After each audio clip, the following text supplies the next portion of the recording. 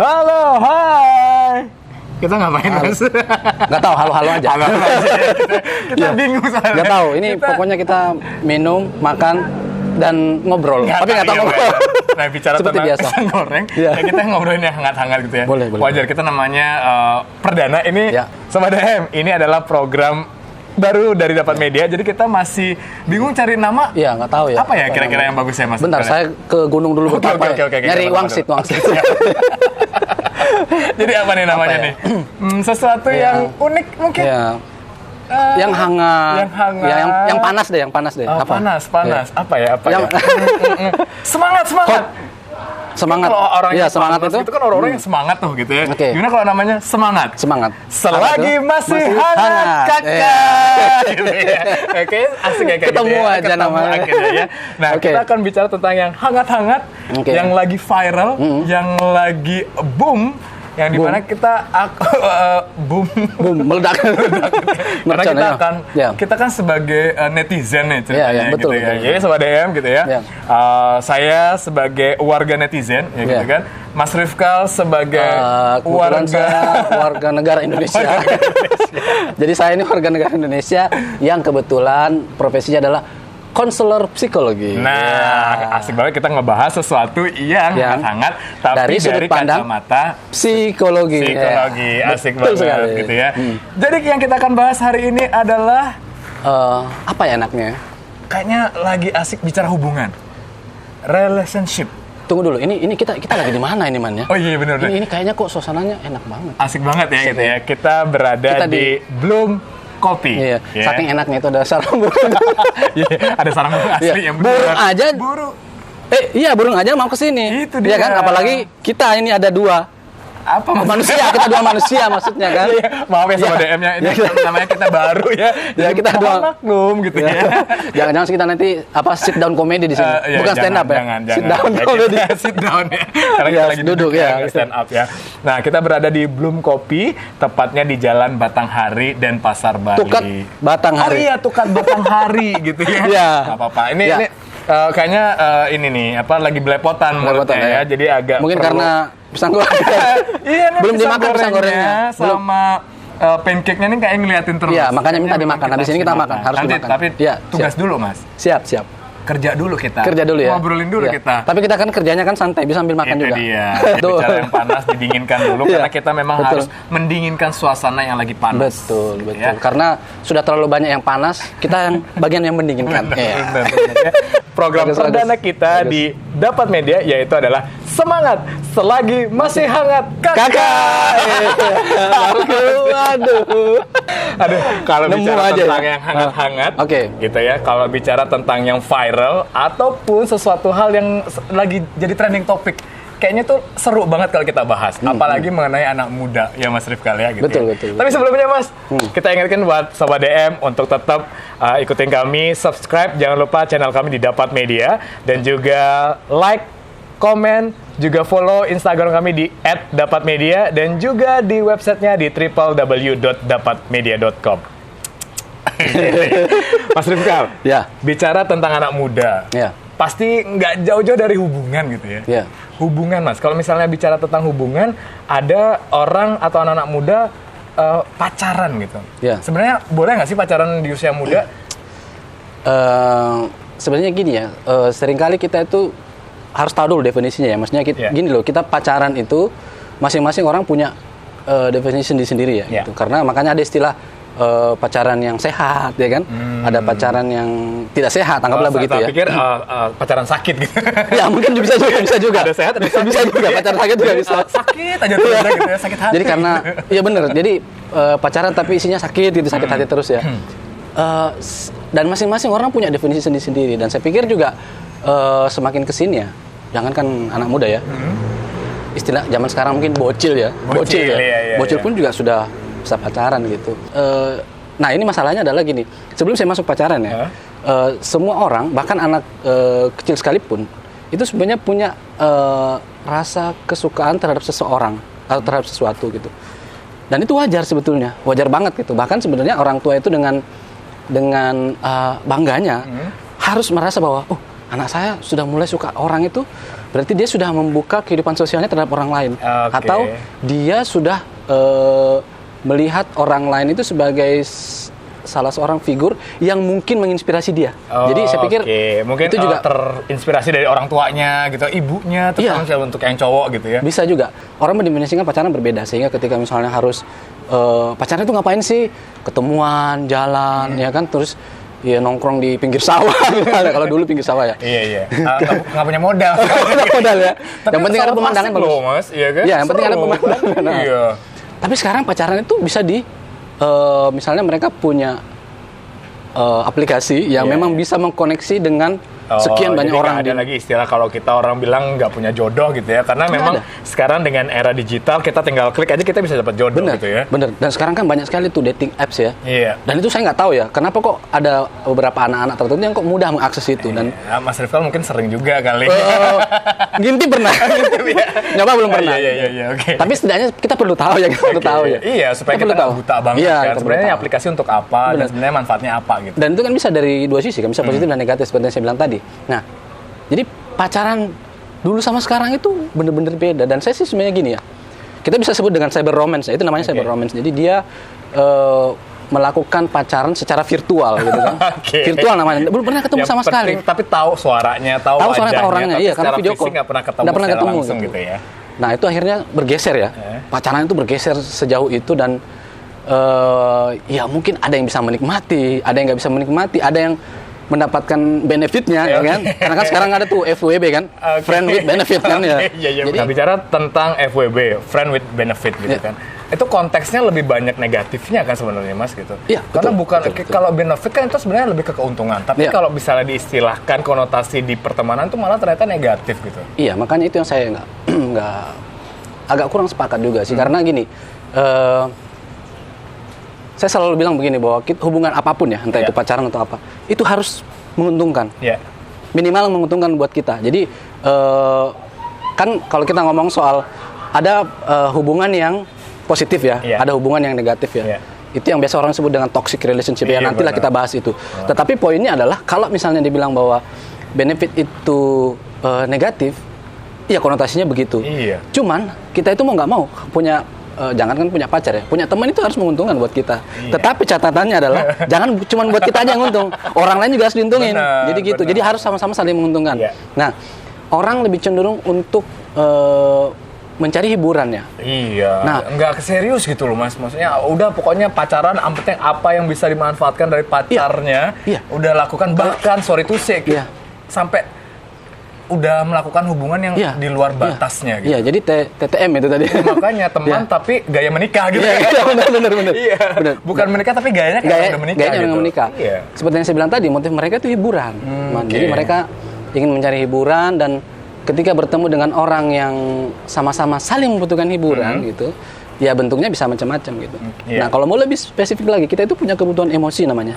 Mau lebih khusus lagi, kita punya kebutuhan kasih sayang.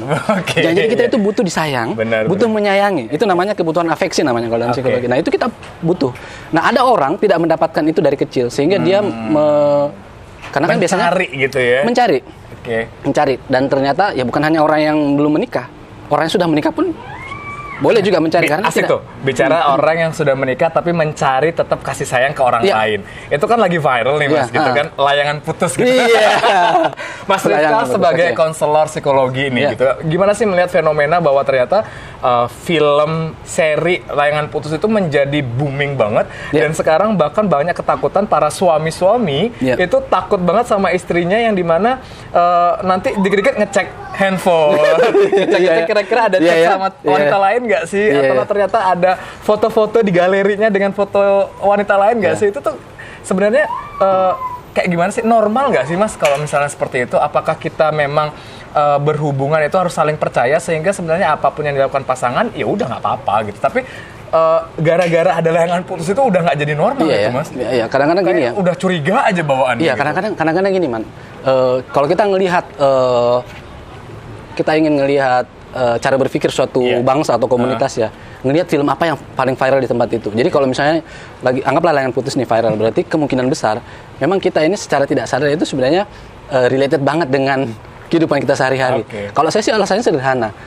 sekarang orang itu kenapa kok kecenderungan untuk mendapatkan atau ketemu dengan orang baru, karena kita ini digital gitu. Kita bisa di ruang-ruang pribadi kan, bahkan di toilet pun kita bisa chat sama orang yang jauh di sana kan. Jadi kemungkinan kita untuk ketemu dengan orang secara virtual minimal ya, itu memungkinkan banget sehingga kita bisa ketemu dengan orang baru. Nah, masalahnya adalah ketika hubungan di rumah tangga kita tidak sebagus dengan hubungan kita secara virtual. Nah, itu yang membuat kita kayaknya asik nih gitu. Lama-kelamaan lebih menjurus dan semakin menjauh. Iya. Gitu. Tapi kalau misalnya kita bicara tentang layangan putus, sebenarnya kayaknya dua pasangan ini harmonis banget awalnya. Bahkan si lelakinya itu kayak terkenal dengan sosok yang teladan, ya panutan gitu. Tapi ternyata gitu berbeda gitu ketika dia sudah di luar dari rumah gitu. 180 derajat gitu, seolah-olah kayak tidak punya keluarga, tidak punya pasangan, sehingga mencari pasangan yang lebih memberikan kasih sayang atau apa, padahal sebenarnya di dalam rumah tangganya dia mendapatkan istri yang sosok sempurna gitu. Karena begini man, kebutuhan kasih sayang itu emang selalu mutlak ya. Kalau kita ngomong misalnya ini tadi bahasanya mungkin ke arah perselingkuhan ya. Sebenarnya kalau kita ngomong perselingkuhan itu faktornya ada banyak gitu. Cuman saya mau mengambil salah satu aspek aja. Seperti yang saya bilang tadi bahwa secara emosional ini kita butuh untuk mencintai dan dicintai. Nah, ketika kebutuhan itu tidak kita temukan di pasangan kita, gitu. Kita akan mencari di tempat lain gitu. Nah, awalnya sih pertemanan sih, biasanya sih pertemanan. Jadi kayak coba-coba gitu ya? Iya, coba-coba. Agak coba-coba akhirnya keterusan. Iya. Karena jadi, mendapatkan sesuatu yang beda gitu ya. Sobat DM gimana? Kira-kira sering nggak sih gitu ketika ketemu sama seseorang, padahal kita sudah punya pasangan, tapi ternyata Sobat DM ngerasa bahwa kayaknya ini ada sesuatu yang berbeda sama pasangan kita. Sehingga kayaknya boleh deh kita coba-coba keterusan jadi, dan akhirnya hubungannya udah nggak sehat lagi gitu ya. Betul. Makanya, dan saya juga meyakini gini ya, hubungan itu tidak ada yang benar-benar mulus, itu nggak ada. Makanya hubungan itu harus selalu di recycle, ibarat saya recycle. Jadi mencari suasana baru, mencari apalagi namanya waktu-waktu tertentu untuk menciptakan keharmonisan kembali. Jadi suasana yang lebih baru lagi boleh itu. Tapi sebenarnya tuh wajar nggak sih Mas kayak gitu? Ya, jadi perselingkuhan itu kan ada dua macam ya. Pertama itu selingkuh fisik, yang kedua itu selingkuh emosional. Nah, selingkuh fisik itu mungkin di zaman sekarang agak susah ya karena virtual kan ya. Tapi selingkuh emosional ini yang paling mudah gitu loh. Paling mudah karena kita ketemu dengan orang baru dan nyaman dengan orang baru itu. Nah, udah mulai tuh ada tanda-tanda untuk menuju ke arah sana gitu. Cuman apakah selingkuh emosional bisa mengarah ke selingkuh fisik? Belum tentu juga gitu.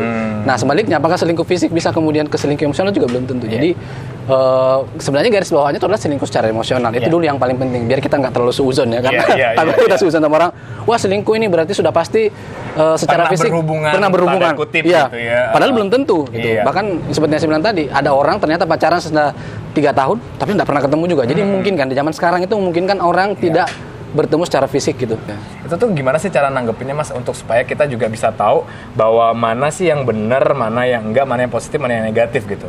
Nah jadi ya itulah hebatnya sekarang ya media sosial dan TV digital ya, bisa memberikan pengaruh yang cukup besar. Itu dia. Tapi saya pikir kalau kita ngomong soal pengawasan ya, saya pikir kita harus saling mengawasi ya. Bukan mencurigai ya, bukan, tapi saling mengawasi dan mengingatkan. Karena saya pikir kita punya dalam pernikahan ya, kita harus punya motif yang baik, kita harus punya motif yang benar, kita harus punya kesamaan visi dan misi dalam pernikahan. Nah, ketika sudah mulai ada terlihat gejala-gejala agak melenceng, saling mengingatkan gitu. Mengawasi untuk saling mengingatkan, bukan mengawasi untuk saling apa kamu, bukan. Karena kita pasangan. Jadi pastikan kita sama pasangan itu benar-benar sudah komit satu sama lainnya, yang kita menjaga hubungan itu supaya nggak terjadi hal-hal yang nggak diinginkan. Sebelum kita menikah kita pacaran, ya kan.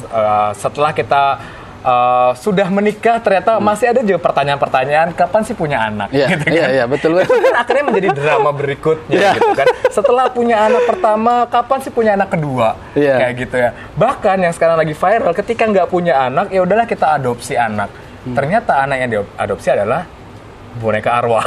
Iya, makanya ya. Serem banget gitu ya. Serem, ya. Tapi menurut Mas Rifkan sebenarnya wajar nggak sih kalau ketika ada orang yang mungkin apakah itu dari keputusasaan atau ternyata itu memang dari sebuah kenyamanan yang berbeda ketika memang kalau misalnya merawat anak asli kayaknya ribet barangkali. Tapi ketika akhirnya merawat spirit dolls, mungkin banyak hal-hal yang kita bisa lakukan tanpa perlu kita harus takut dia nanti seperti apa, sakit atau segala macam. Itu secara psikis atau psikologi itu gimana sih, Mas? Sebenarnya sih kalau saya sih ngelihatnya, saya positive thinking aja ya. Sebenarnya itu adalah kebutuhan nursery aja. Jadi kebutuhan ingin merawat. Jadi seorang ibu itu, seorang perempuan, wanita itu pasti punya naluri keibuan. Gitu. Seorang bapak punya naluri kebapaan gitu.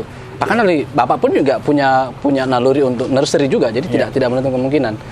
Itu hanya kebutuhan aja sih, Mas. Saya berpikir positif ke arah sana. Bahwa itu dibikin spirit doll atau tidak, ini menurut pandangan saya. Itu mungkin supaya lebih keren aja sih. Jadi orang saya percaya nggak percaya, bukan 100% percaya, bukan juga 100% nggak percaya. Tapi bukan situ ranahnya kita. Saya lebih berpikir bahwa kita ketika ada orang dari situ nggak ngerti kan, kita cuma pengen membahas kenapa sih jadi pro kontra, tapi itu jadi marak malahan sekarang gitu ya. Dan kalau saya sih ngelihatnya itu biar viral aja gitu, biar menarik kan. Karena konten, kebutuhan konten. Lagi sekarang juga akhir-akhir ini tuh materi-materi horor itu kayaknya selalu menarik untuk dibahas kan, misteri. Bahkan ada orang yang saya ngelihat itu, saya pernah juga ngelihat ada dia memelihara spirit doll yang bentuknya itu juga memang benar-benar menyeramkan, dibikin serem. Saya pikir ya tujuannya itu tadi supaya ada kesan yang bisa dijual lah gitu kan, lebih menarik untuk dijual. Padahal kita bicara tentang zaman sekarang kan zaman teknologi ya Mas ya gitu kan. Teknologi boneka spirit doll itu kan dibikin dari teknologi yang canggih. Bahkan kalau kita lihat tuh boneka itu bahkan mirip banget kayak bayi aslinya. Kalau misalnya kita cek ya bahkan di YouTube gitu kita lihat kayaknya kalau dipencet tuh kayak elastisitasnya beneran gitu loh. Dan ini pasti kalau nggak dengan teknologi yang canggih nggak mungkin bisa bikin boneka seperti itu. Tapi sayang banget masih aja disusupin dengan hal-hal yang mistis gitu. Akhirnya terjadilah spirit doll, boneka yang tadinya dijual dengan harga 500.000 dengan adanya arwah gitu di dalamnya jadi 5 juta gitu ya. Dan itu ini banget ya Mas ya. Bingung aja sih menanggapinya, apakah satu sisi di dunia penjualan itu kayaknya menguntungkan orang gitu menggunakan kan? Itu untuk saya pikir bahkan orang beli sengaja yang misalnya diproduksi satu dibeli dulu untuk dijual kembali dengan harga yang lebih tinggi gitu ya. Bahkan tapi satu sisi kita juga melihat karena beberapa yang kalau misalnya kita research ada orang yang memang secara psikis ya mereka akhirnya menemukan kebahagiaan tersendiri gitu karena bisa merawat bonekanya. Ya mereka nggak mau sebut boneka ya, bayinya. Bayi nggak mau disebut boneka, bener. Makanya spirit doll-nya itu dengan seolah-olah mereka memiliki bayi pada umumnya gitu. Ketika Anda memelihara mau itu spirit doll kayak atau baby doll kayak atau apapun itulah namanya lah ya. Anda harus punya rasa tanggung jawab yang benar-benar sesuai dengan porsinya. Maksud saya begini, ketika Anda punya anak atau misalnya Anda belum menikah, belum punya anak, Anda punya saudara, punya orang tua, perlakukanlah orang tua Anda dan anak Anda lebih baik dulu sebelum perlakukan spirit doll ini. Takutnya Anda fokus ke spirit doll, tapi keluarga Anda tidak perhatikan. Iya, benar. Itu kan juga bermasalah. Jadi mau apapun, mau Anda pelihara batu kayak Anda punya batu kalian pelihara gitu kan, nggak apa-apa, silahkan mencintai batu itu, tapi rawat yang lain juga. Ada orang tua, ada anak misalnya, harus juga dirawat. Gitu. Itu kenapa banyak sebenarnya para kolektor dia koleksi barang-barang kesukaannya, tapi dia juga harus punya prioritas yang bergerak tentunya ya, entah itu manusia, entah itu binatang. Gitu jadi ada banyak orang yang perlu kita perhatikan sebenarnya di sekitar kita. Belum lagi sekarang ada banyak bencana, di Sumatera, ya kan, bencana alam. Kemudian kita juga banyak anak-anak terlantar yang kita bisa angkat sebagai anak angkat atau sebagai anak asuh. Kalau hal itu sering banget Mas, netizen mah makanya misalnya kata bilang, itu kan bisa disumbangkan, itu kan bisa digini kan. Tapi nanti bagi mereka yang mengalami atau berada di posisi tersebut, lah ini kan uang gua gitu kan. Jadi gini Mas, sebetulnya ini kan bagian gua gitu. Benar. Kalau saya sih begini. Saya haus Mas sambil minum ya. Saya juga dari tadi haus ini. Wow. Bicara tentang viral ini bikin deg-degan soalnya jadi pro kontra. Tapi saya sih begini, saya tadi ngomong soal lebih baik kita salurkan kemana-mana. Itu saya bukan berarti saya kemudian tidak memperbolehkan. Karena saya bilang tadi ada hal yang baik di memelihara boneka. Karena ada kebutuhan afeksi yang terpenuhi di sana. Dan itu sehat sebenarnya. Itu sehat banget. Secara psikologi sehat. Dan ketika orang sudah menemukan cara dan itu tidak merugikan orang lain, saya pikir tidak ada masalah. Kecuali boneka ini kemudian dipakai untuk kan ada tuh boneka santet, dipakai untuk menyantet orang, nah, itu baru bermasalah. Itu kalau dipelihara sendiri oke lah. Saya tidak ada masalah soal itu gitu. Saya pikir kita harus jujur ya bahwa kita ini orang Indonesia terutama itu suka dengan sesuatu yang agak dilebih-lebihkan gitu kan. Lebay-lebay gitu. Tapi kan anehnya Mas gitu. Jadi hiburannya itu anak kecil yang akhirnya mereka sudah paham dengan adanya percintaan. Akhirnya pun ketika besar mereka bablas gitu, akhirnya terjadi perselingkuhan. Iya. Gitu. Tapi sebenarnya seperti yang saya bilang tadi, konteksnya itu harus jelas sebenarnya. Makanya, nah ini ketika kita ngelihat anak kita sudah mulai suka dengan pasangan, dengan lawan jenisnya, itu sebenarnya cara orang tua untuk masuk ke sex education. Tapi ntar dulu Mas, kita bicara sex edukasi kayaknya lebih kepada episode berikutnya. Karena bakal panjang. Kita belum bicara tentang hubungan, bocil-bocil yang udah bisa pacaran, habis itu ya akhirnya kita bicara layangan putus gitu kan, yang para suami itu akhirnya berteriak, Mas Aris, stop gitu ya, nggak usah lagi gitu, karena para istri pada ketakutan. Terus sekarang yang lebih viral lagi adalah spirit dolls. Itu aja udah panjang banget kalau kita bahas betul. Nggak ada selesai-selesainya, nggak habis-habisnya gitu loh. Tapi yang paling penting adalah bagaimana kita sebenarnya dari kacamata psikologi, kita bisa memilah dan memilih pasangan kita dengan baik, berhubungan baik, bahkan sampai ke jenjang berikutnya, memiliki keturunan pun dengan sesuatu yang baik gitu ya Mas ya. Oke. Mungkin sampai di sini kita bahas untuk segmen perdana kita. Kita akan bahas lagi yang seru-seru di segmen berikutnya. Panjang kali lebar nih. Jadi luas gitu. Banyak banget ya. Gak selesai gitu ya. Kita akan bahas lagi di episode berikutnya. Di Semangat. Selagi masih hangat. Kakak.